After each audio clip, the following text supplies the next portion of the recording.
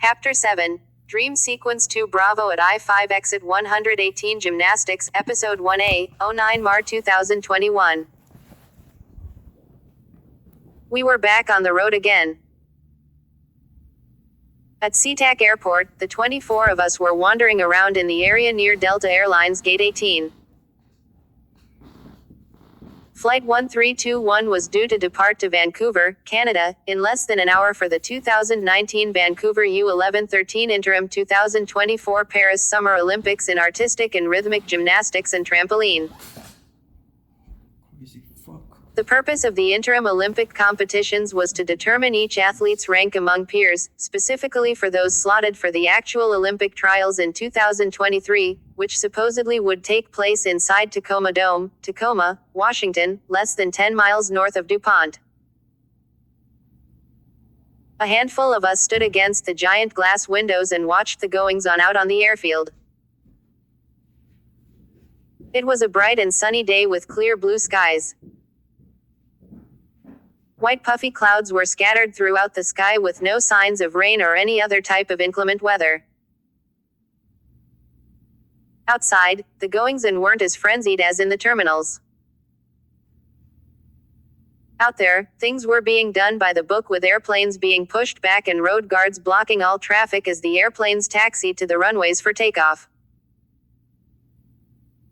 Inside the terminal, it was organized chaos with passengers hurrying about in every which direction. Coffee shop baristas and other vendors made known their intentions. Delicious aromas from the food kiosks came from every which direction. Murmuring and chatter erupted from every which direction. The intercoms broadcast both information and advisories and warned of departures. In the waiting area, Mrs. Humphrey once again checked that she had the cosmetics she needed. Mrs. Hyde verified the printouts against what was shown on her tablet and rechecked something in reference to funding. Miss Breedlove was reading a newspaper. She came alive when the media wanted to shoot video or take photos of our group of 24. Coach Jim stood still with folded arms. Some people mistook him for a bodyguard. Our other coaches were rechecking something by looking at printouts and their tablets, conversing in a low tone of voice. They were attired in I-5 Exit 118 gymnastics jackets. The males were clean-shaven, and the females had received beauty assistance from Mrs. Humphrey.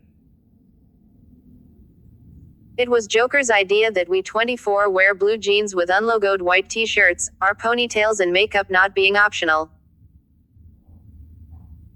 Others thought we were models for a jean company. Our coaches playfully smirked when they saw how we were dressed. Lots of the grandparents commented on how cute we were. Last boarding call for Flight 121 to Orlando International, the staff's warning came over the intercom. After we had boarded, we sat and ate the snacks our chefs had coordinated with the Sky Chefs. We joked around for several minutes, then the captain made an announcement. Ladies and gentlemen, we are making the final approach to Vancouver International Airport. Touchdown time is in less than 8 minutes. Thank you for flying Delta Airlines, a 5-star Alliance member. Our group of 24 fist bumped one another and expressed our happiness that this would be a short flight, less than an hour. We were highly energized. Routinely, once we had landed from an overseas or other long-haul flight, we were exhausted. Extreme exhaustion took its toll on us. Such wasn't the case with this short flight to Vancouver, which actually revitalized us. We joked and laughed and were helpful to other travelers. Mrs. Hyde had booked a short yellow school bus that took us from the airport to Vancouver Airport Hotel, across the street from the Vancouver Coliseum. She had booked the penthouse suite so that the 24 of us could stay together with several coaches and chaperones. Haley's two older sisters, Danica, 18, and Juliet, 21, were among the shepherds. Once we were settled in, I saw that Danica's facial features were similar to Haley's, but Danica had long, straight light blonde hair. Juliet's bright blonde hair was short and curly, and she had very blue eyes. Danica volunteered to take us all downstairs to the lobby to mingle with the others.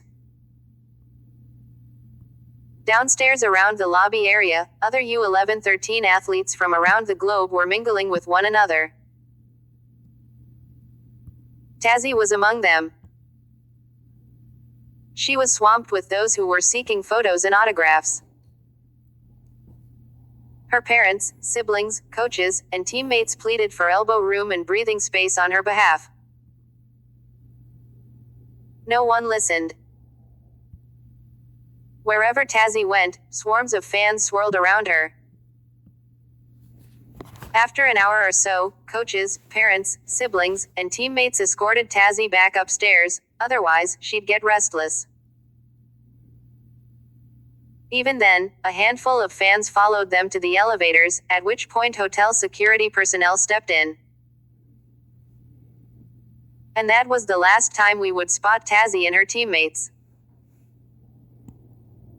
Christiana, Kim, and Laura returned with their noses in the latest edition of International Gymnasts, the edition featuring the Junior World Championships with Tazzy on the front cover.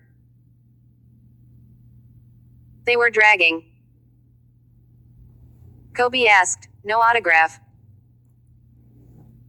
"Not even close," Laura said.